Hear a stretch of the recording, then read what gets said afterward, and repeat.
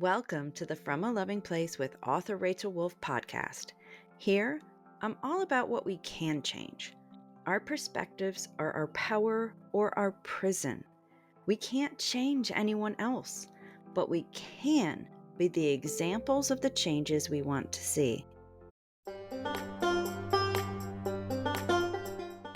The Listening with Love series is back. For those of you who are new to the series, Listening with Love is about becoming better listeners for both ourselves and others. Whether we agree with who we are listening to or not, when we listen with love, we open the door to better solutions and more love in the world. I hope you enjoy today's episode. This is episode 20. When to walk away for your own peace.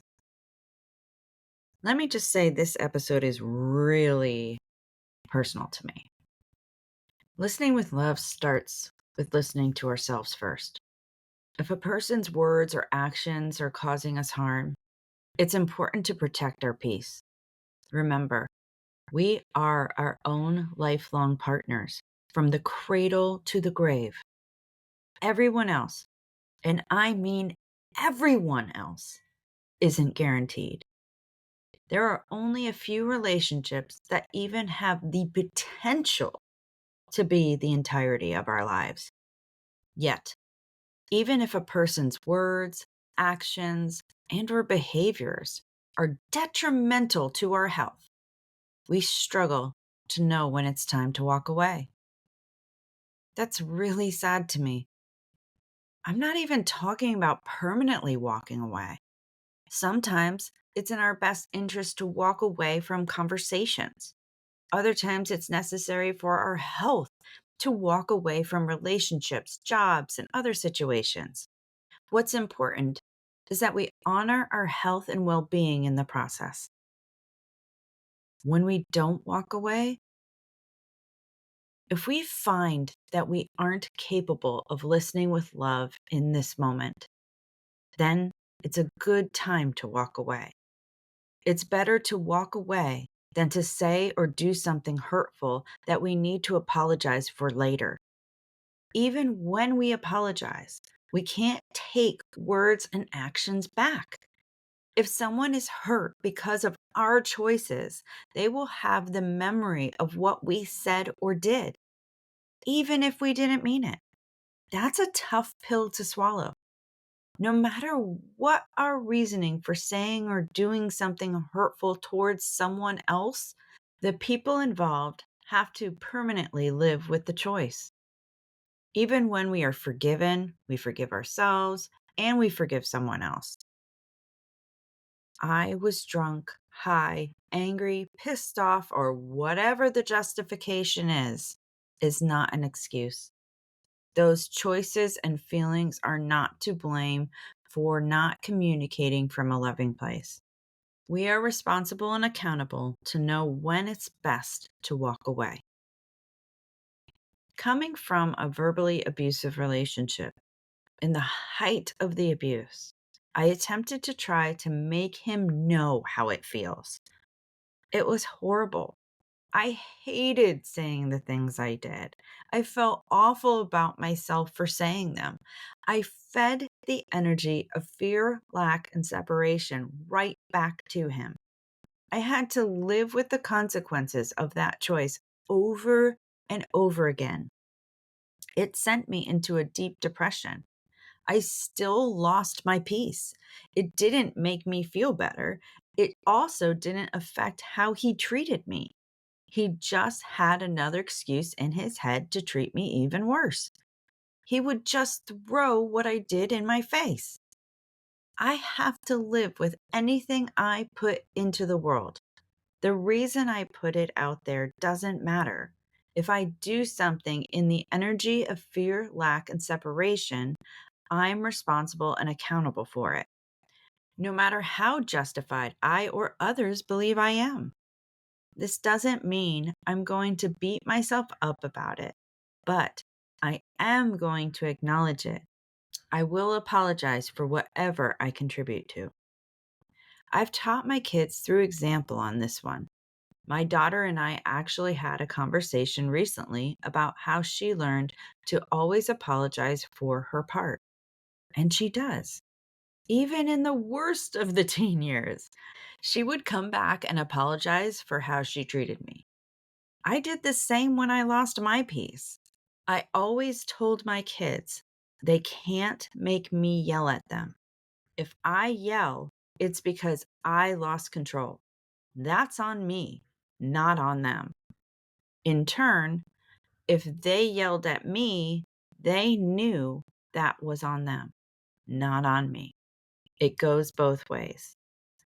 It's much easier to apologize for walking away to process the situation before responding than it is to work through forgiving ourselves for treating others with a lack of compassion, love, and respect.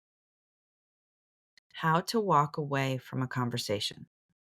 First, don't make the reason you're walking away about the other person. That will just get the defenses up and it fuels the energy of fear, lack, and separation. When our defenses are up, we often act like teenagers fighting.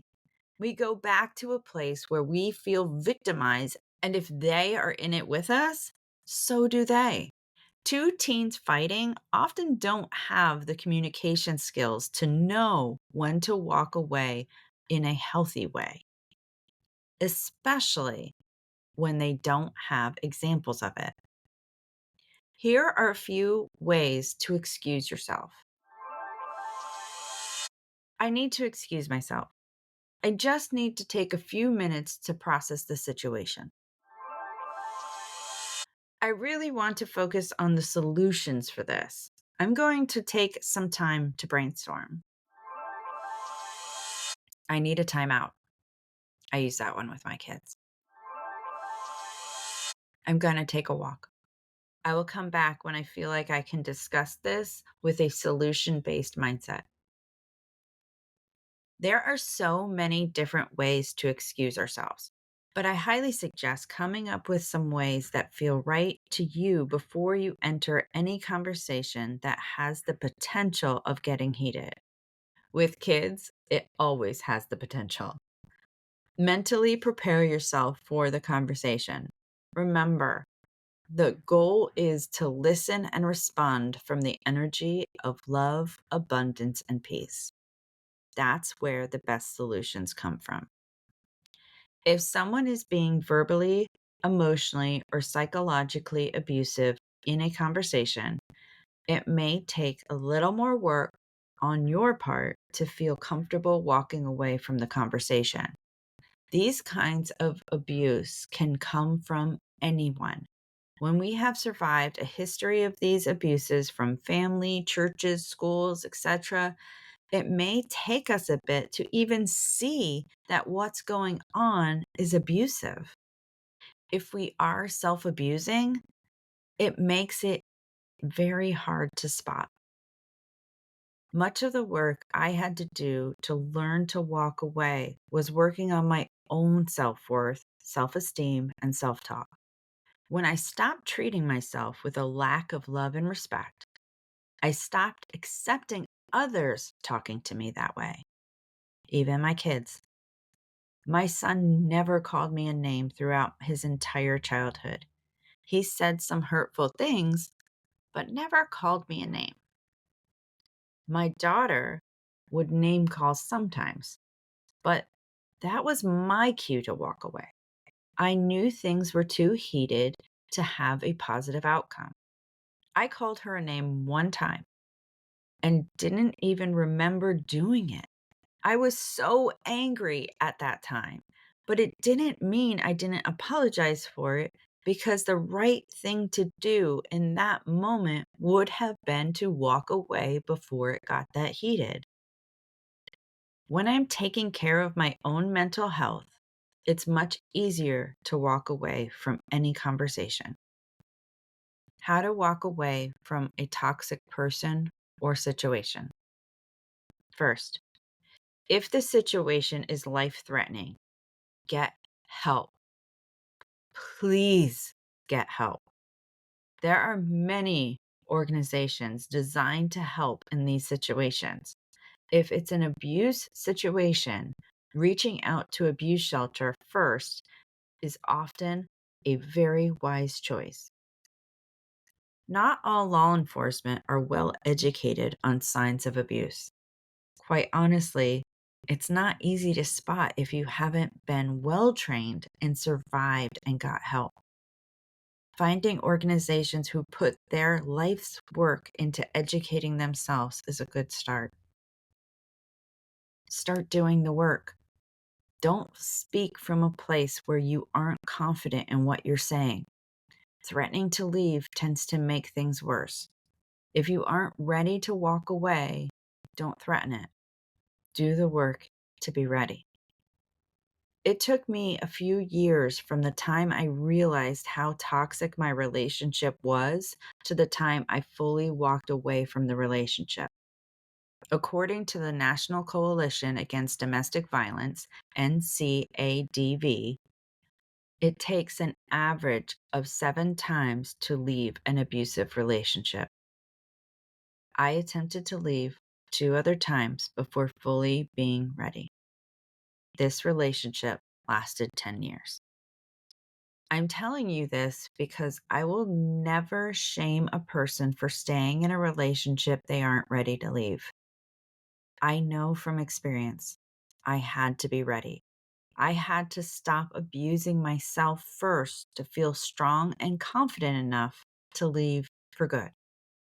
When I believed I deserved how he treated me, I didn't even recognize I was being abused.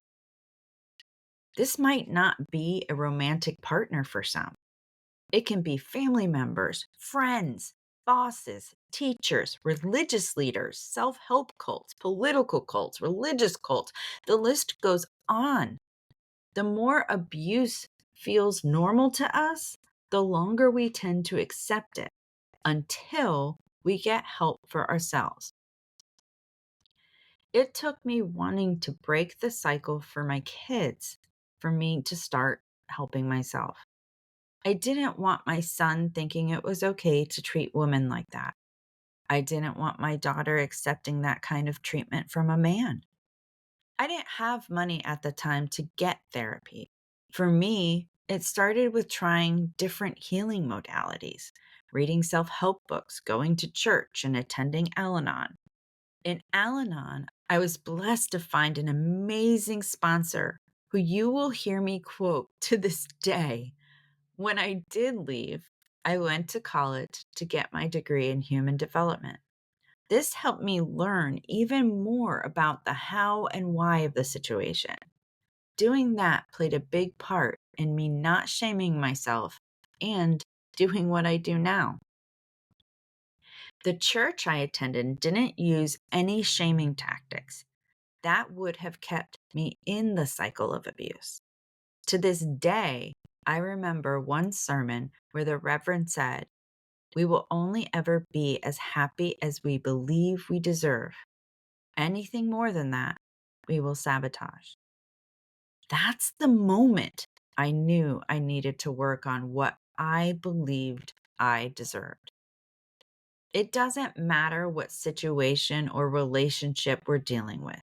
If we want to permanently walk away and not repeat the pattern with someone else, we have to know in the deepest parts of our souls that we deserve to be treated with love, compassion, respect, and dignity.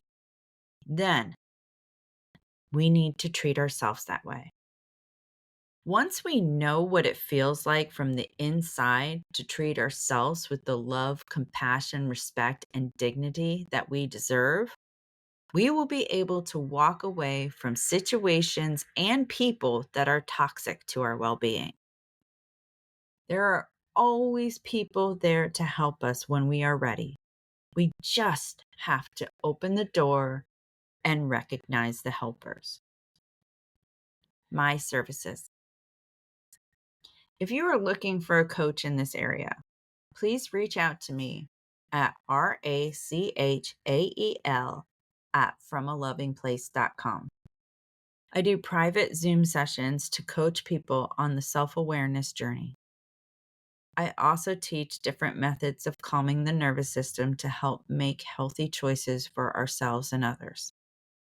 This is the last episode for now. I hope you will go back, read, or listen to all the tools I offer here on the blog or in my book.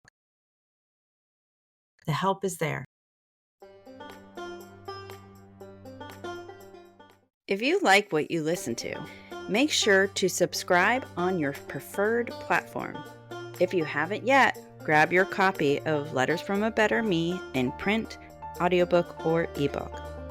You can also pre-order your copy of Tending Your Inner Garden from Amazon today. Until next time, I wish you love, abundance, and peace.